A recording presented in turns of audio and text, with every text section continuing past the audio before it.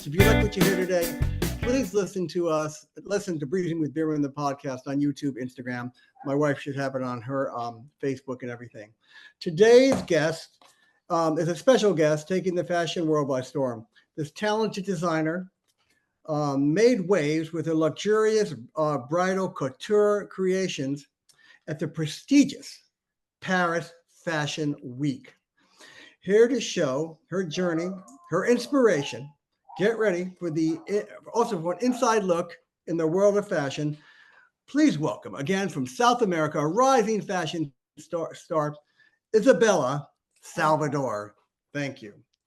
Thank you for welcoming me. Oh well, I'm no, so no. happy to hear it. I was looking at your stuff, and one thing I have to say, it looks somewhat amazing. I don't know if I could afford it, but but I liked it. I'm trying to understand fashion as we talk. I think my wife has some questions before I even continue. Well, yes. I have several questions, but my question, but I don't know if.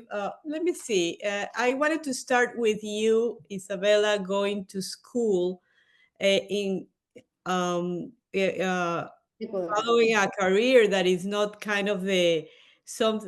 I don't know if I am behind, but it's not something that is. It's not the kind of mainstream. It's very specialized. And I know that you, besides your studies in Guayaquil, you went to Buenos Aires and Madrid, and that's great. But I was interested at the beginning when you started. You had a store, correct? You had a store, or you I had had a studio where the people go. And how difficult was it, or how did it work the first years? okay. Well, I can present myself, Isabella Salvador from Ecuador, Guayaquil. I'm a fashion designer, and I also had a degree in fashion styling and production design. So when I came back from Spain, I did want to create my brand and use my name for my brand. And I was already doing, since I started my career as since I studied fashion design, I was already doing custom made pieces. So people contact me every time that I came um, from Argentina or from Madrid to ask me to do the dresses in my vacation. So I came every vacation. I have a lot of work and clients online to make their dresses for their special occasions. So when I came back, I got married, and then I wanted to create my brand. So I started in this. It was like a little studio at first, and then it grows in the same place. It started growing like in space. So I started with a collection, launching the brand with this collection, inspired in one of my trips to Russia, St. Petersburg. So the collection was named The Golden Blood of St. Petersburg. I love history. So I create this collection inspired in the history of the city. So that's when I started. This was on January 14 in 2015, when I started the brand, and I launched the brand as the name as you know it right now, that is Isabella Salvador Couture. So it was a great start, because I had my my clients from back when I was living here, and so it just started growing and growing when I had my personal studio.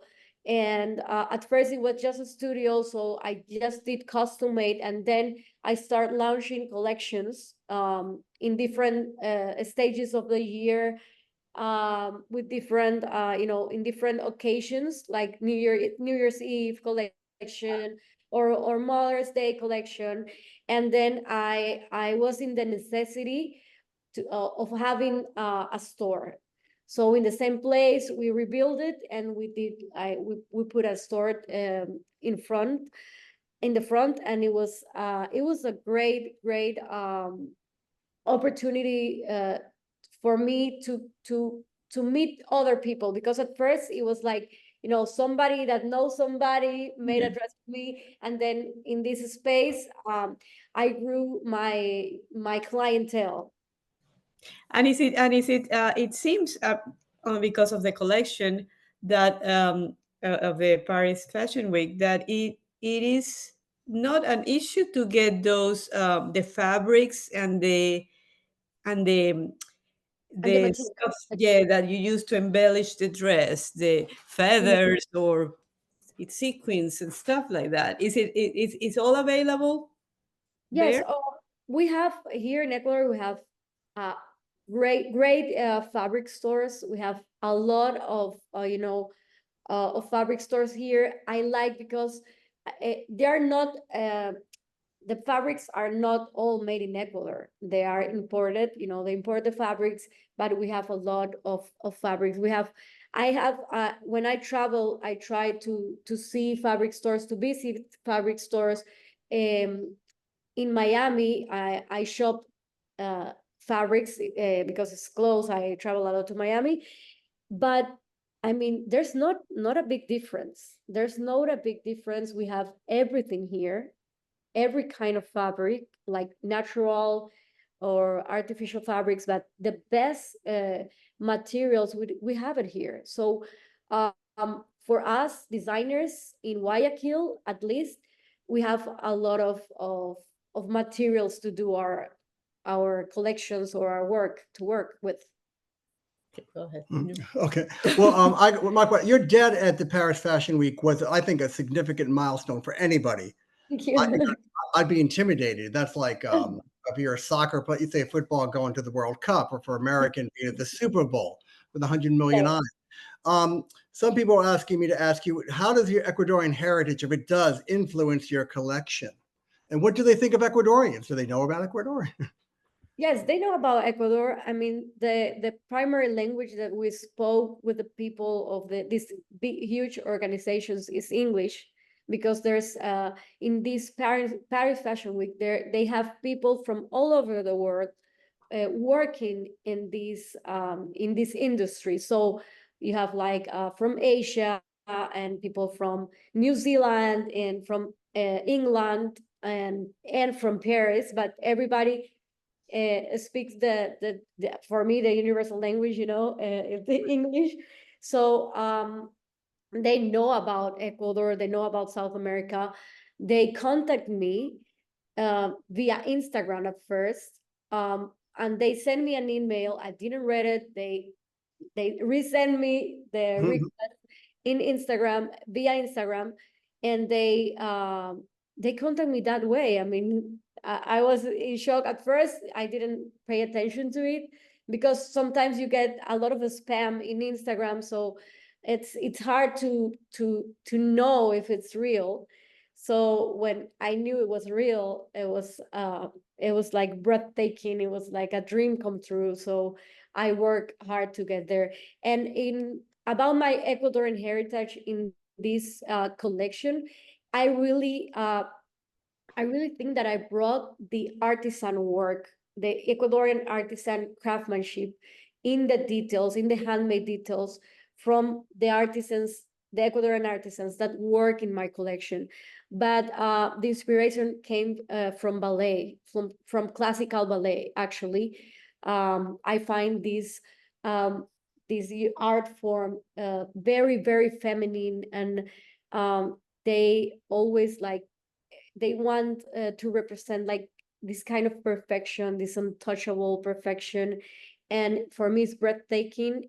And that's why that femininity and that that perfection, I wanted to create that in my collection. So I love ballet, I love that art form, and i I think my brand it tries to elevate femininity with the dresses, and the shape of the woman, and maintain that that delicate details that makes it very feminine. And that organization that help you with, I mean, that contact you first, I mean, it's just looking at Instagram, or or as a fashion designer, you belong to certain already kind Groups. of groups, no, not social media groups, but real groups of, because you are a fashion designer. Like, I'm not gonna say like an union, but something like, Yes, yeah, like a chamber of couture or something like that. yes. No, they really contacted me via Instagram. They really liked my latest collection. It was called Goddess Collection, inspired in the 1940 and 1950 Hollywood divas. Yeah, yeah.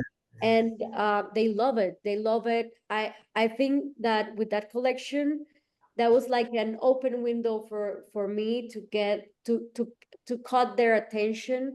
And because when I do a collection, every time I do a collection, I try to tell a story.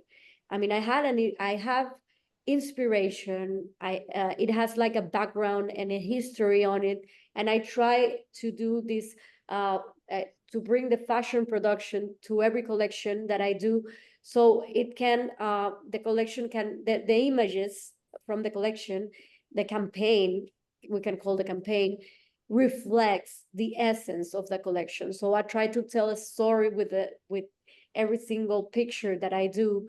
And so that I think that's why they like about it and about my brand. The communication or the storytelling about the collections. And it's very, and I think that is, this organization, do they deal with, like, newcomers? They want to get the new people, They want to be relevant. Relevant, you think?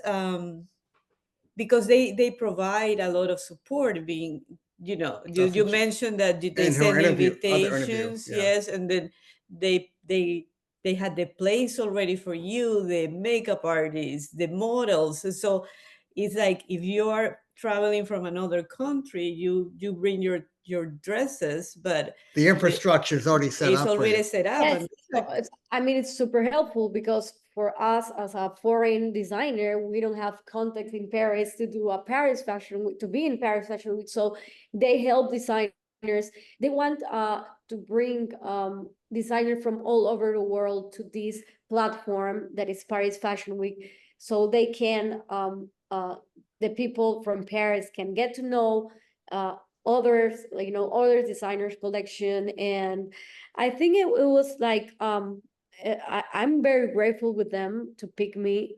It's to be in Paris Fashion Week. It's like an honor, really, because they have very strict rules to belong to this couture edition. And so for they to contact me, it was a privilege and also an opportunity that I didn't want to yes. let go and to miss. And they do everything. They put the place. They hire makeup artists, the whole team. It's a huge production. The place, it was amazing. It's a historical place in Paris, and it brings a lot of history to the runway, and also like this golden I don't know how to say about this, that golden essence that Paris, and that extremely elegance uh, that Right. Paris brings to every tourist. It was Yeah. all there, and I love to be there. So for me, I mean, we have to pay to be there. They invite you. When they send you the email, it says by invitation only. If they don't invite you, you can't apply. So you apply. I mean, you pay after you get invited, because you pay for all the services that goes around. Every Oh, model, and for me, it was a high price to pay You as a brand, but I did everything in my like everything I could to get there and to find support from Ecuadorian it can say enterprise or Ecuadorian brands Right. Yes. that, that can help me with an external support, and doesn't everything comes from the brand. Mhm. Yeah. Did you feel the ghosts of Karl Lagerfeld or Cardin when you were there? I mean, any celebrities that you met? Any great advice that you saw? Any snobs? No, I mean, I did see a lot of snobs. I did see a lot of celebrities. In my show, because I'm not, I'm not Dior, I'm not Chanel, so I didn't invite the celebrities. But there were a lot of well-known people in On the the fashion industry. industry. Uh, I mean, I was there. I was inside. I was backstage. I can't see all the people that was sitting there, but I just knew that it was full. The place was full. So people was texting me when I did the live show. I present like, I mean, I did live from my Instagram, and people was like, oh, there's that influencer on your front row. Oh my God, there's Rihanna's husband on the second row. I was like, oh my God, I didn't. I mean, the times pass so fast when you go out on the runway that you can't even recognize everybody Right, in right. the room. You're not like, there's that person. You don't have the time to do that, but it was great. And also I was like touching like Saint floor, like from designers, from the real designers, or like you say, like the ghosts of Chanel.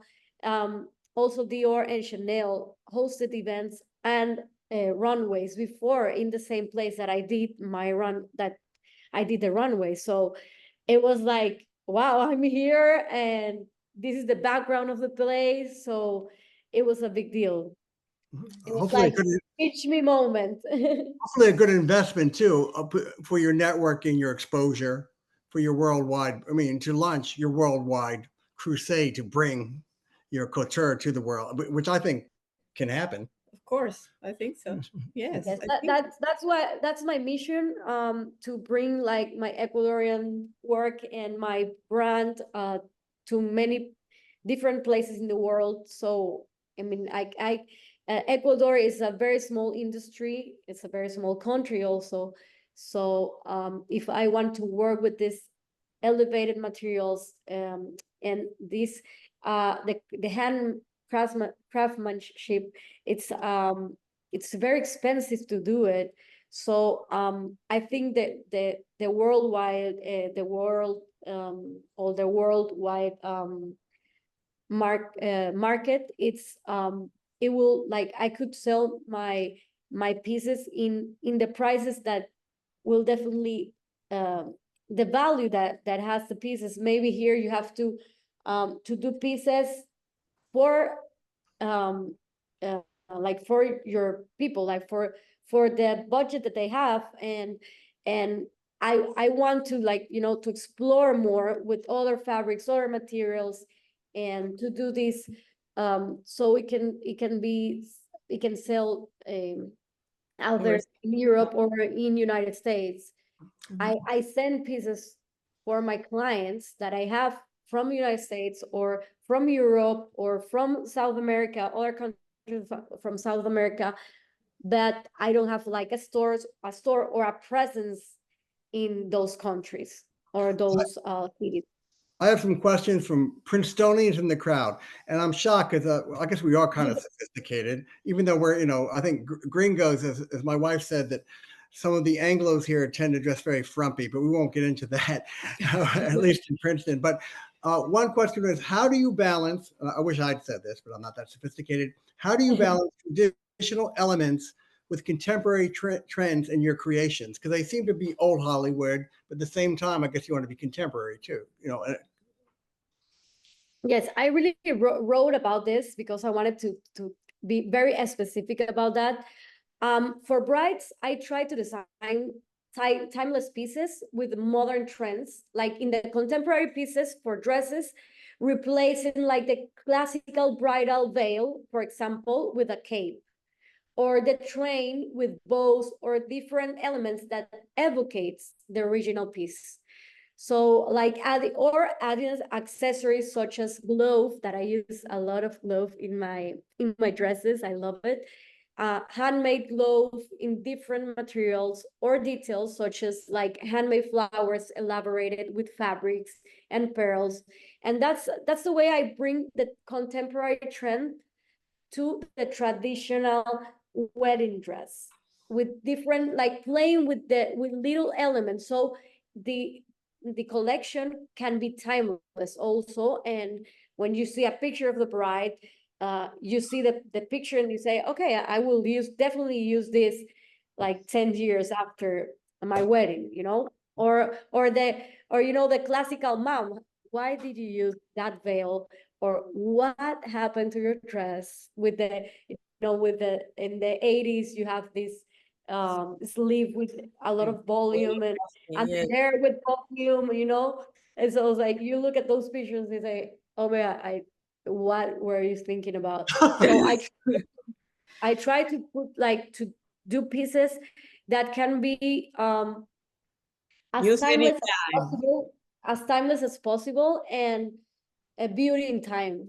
I tried that I tried to do that. Did you get married in one of your creations? No, I didn't. That was one of my biggest regrets, or my biggest relief also. um I got engaged in Europe. I was finishing my postgraduate degree in Spain, and my husband asked me to marry him in Paris. Oh. So I had to finish my studies and then come back to Ecuador and plan the wedding. So, and since I was a little girl, because I'm super girly, and I don't know, I had this fantasy of my wedding, and I want to do such an imaginary things, that my mom's like, we're in, go down to earth and Well, like you want to learn like the Disney, you want a Disney princess. World, you want to like Disney, a So, Disney princess thing? yes, but I really wanted to get married. My first thing, the first thing that I wanted, it was to get married in the beach, to see the ocean when I got married. And I love the beach. I have a very deep connection with the ocean. My family, I come from a family of surfers, and so I love the scenery of the beach and the sunset. So I wanted to get married on the beach, and I was trying to I think to to, what is the word, sorry, to organize the wedding um in distance. I was in Spain, my mom was here. So I wanted to bring the fabric from Spain, from but every time, like, I go to a different fabric store, and I had these appointments in the fabric store, and like I think a new fabric is like, "Oh, I'm gonna do a new dress." And I did, like, I don't know, like 50 or 70 dresses, drawings, and every time I was changing and changing. It's like, oh, but if it's in the beach and it's in the daylight, I want this.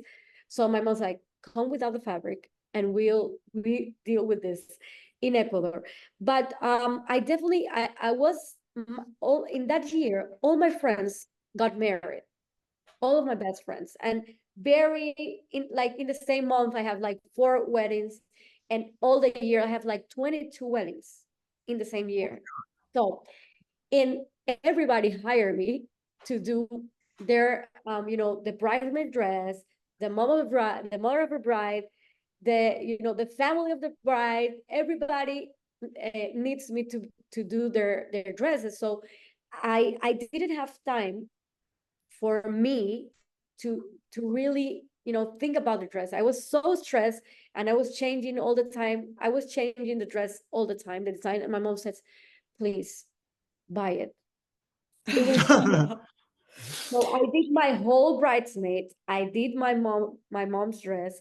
I did my grandmother's dress. My I mean, I think I did like 10 or 12 like from my guests. I did a dress from 10 or 12 of my guests, and I did like I did like the flower basket handmade, and I did for the brides, for the flower girls, and I did like how do you say, like a band, Uh-huh. like The headbands, handmade yes. also with pearls, and for the little girls, and I did everything, and then it was like, okay, I would not do my wedding dress, but I did my my engagement dress and my civil, or how do you say, like It's The civil the marriage, civil the marriage. not short the house religious. dress.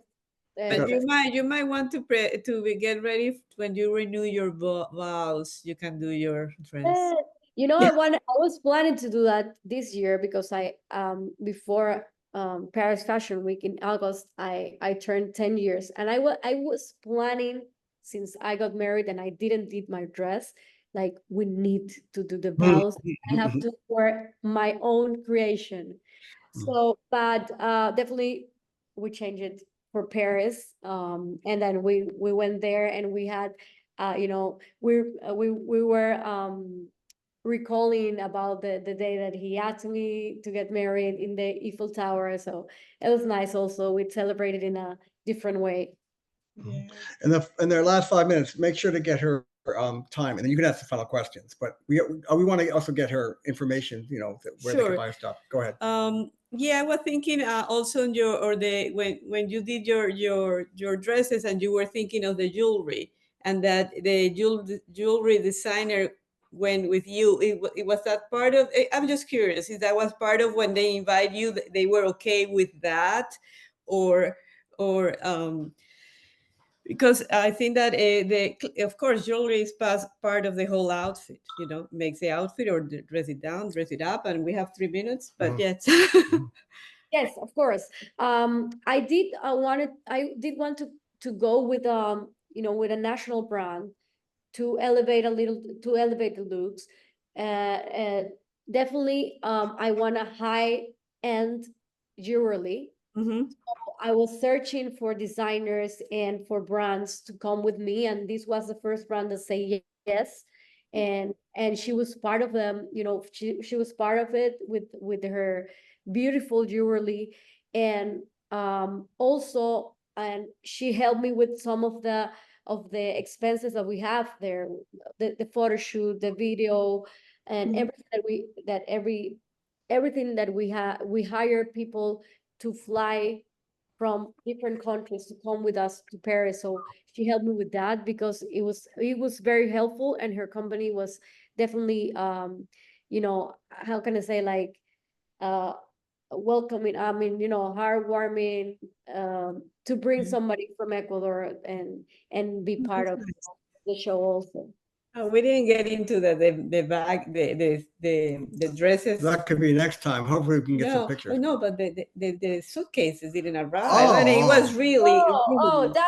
that was something. I mean, when to go to Paris Fashion Week and to plan this, create like one collection with a theme, the music for the runway, that I wanted to do everything 1 minute. perfect or wonderful. I mean, so to plan this was crazy. I mean, we're working like the hours of the day.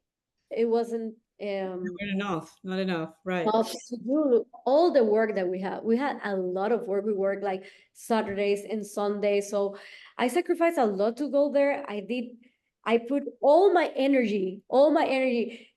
When I got on the plane, I just tried like 1 hour earlier the dress for the after party, because I didn't have a dress for the after party. I didn't have a dress for the runway, that I didn't use it, and I have to use a backup plan because because of the thing that happened with the bags. I lost, like, in 3 days, a lot of weight, so my clothes didn't fit. I was so stressed. So what happened was this is crazy, a crazy adventure. I got on the plane and say, oh my God, now I can breathe. I No, mean, you couldn't. and I couldn't breathe because the flight was canceled, and I have to fly from Panama to Colombia to a different flight. When I arrived to Colombia, they say, "You're not on this flight." I mean, your company put me on this flight. So since that, when I got in the flight, because I was also like Yeah. very in time, like very, A I have very connection good was time sure, yeah. for the connection. It Yeah. was, I mean, I cried the 8-hour flight. I the 8-hour flight from Colombia to Paris. I couldn't stop crying. I mean, I was devastated. I was like looking at my work, staying at Colombia. I was like, what are my bags doing in Colombia? I also have the tracks on my back. And I almost like fainted crying Oh my gosh. before I got in the airplane. I was crying so hard, like I was like fainting. It was like I was like my life was going on. Panic attack.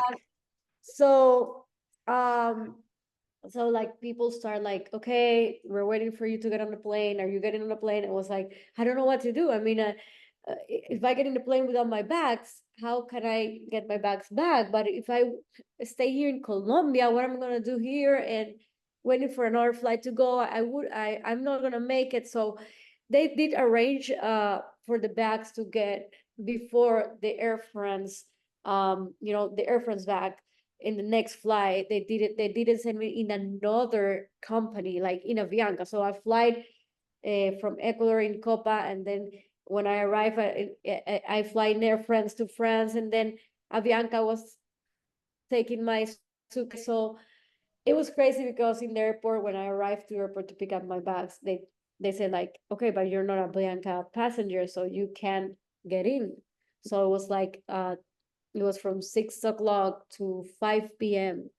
waiting for somebody to help me with the bags, because I know the bags were there, but nobody can help me. So, but well, so after that, we just got directly to the fitting room. But what I wanted to mention here is I really felt so much love, and so many people caring about my work, and like, and it also being so empathetic with the thing with the bags. And I didn't expect so many Ecuadorians and so many people praying for me, helping me. It was overwhelming in a good way. I felt the hug of all the Ecuadorian people. I mean, I felt so loved and so valued.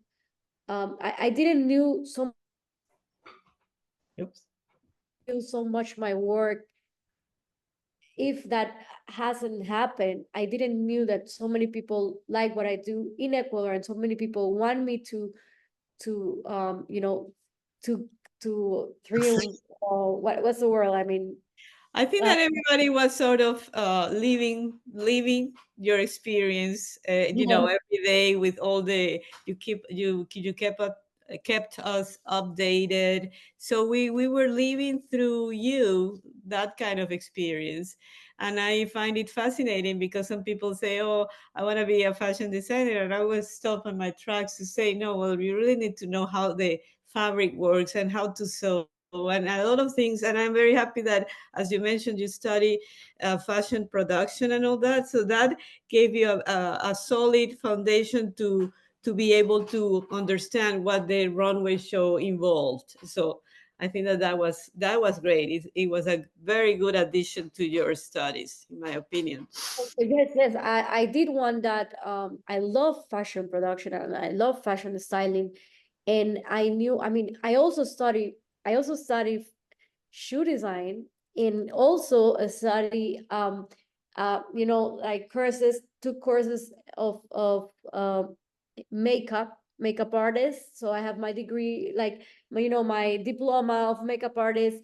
I study makeup artist for fashion photography, makeup artist for television. I mean, I specialize in this area. So when I want to create a production, and I want to talk to a photographer or a team, I You know know. what we're talking about. You know, I Yeah. know how the face I know how I wanted the face to be, and I know how I want the makeup to be and the hair to be. I mean, I know that I mean, because of my background studies, I don't specialize right now in makeup because I don't have time for that.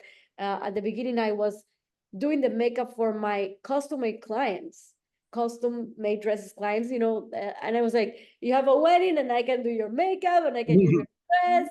And it was crazy because I have no life. I was single, but now that's really impossible for me. So, but I know about everything, so I can teach or um, translate, or I can show the people what I want with a base, with a foundation, with, you know, with knowledge.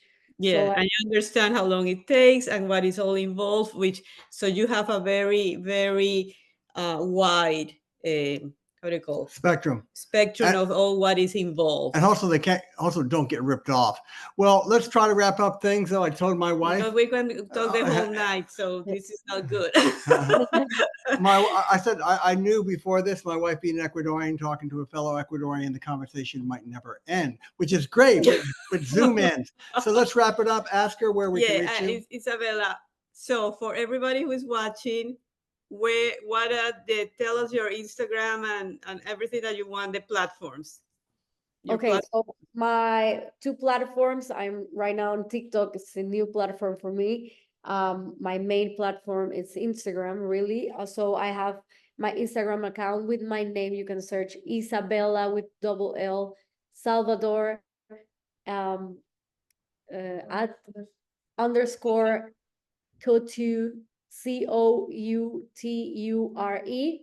and the same as TikTok. You can find me with the same nickname as like in TikTok, and my email is Isabella Salvador couture, all in one, you know, all in one sentence, at gmail.com. Mhm. And I just hope that we look fashionable. What's Well, my good side? I try, but too bad that when I was living there, you were still younger. So, Yes. but maybe he will pay for my custom I pay for everything designs. anyway. Anyway, well, thank you very much, Thank Isabel. you for the invitation. Thank you. Thank you. Thank you so much. And maybe we can revisit in a year from now, unless you get too big. Don't forget us, please. And maybe we'll get down to Guayaquil one day. Yeah, and then I will go and get my gown with you. Thank you for inviting me. Thank you for this space and for all the beautiful things that you say about the brand. So I'm so grateful to be here, and we talk soon. Thank you. Keep in touch. Bye bye.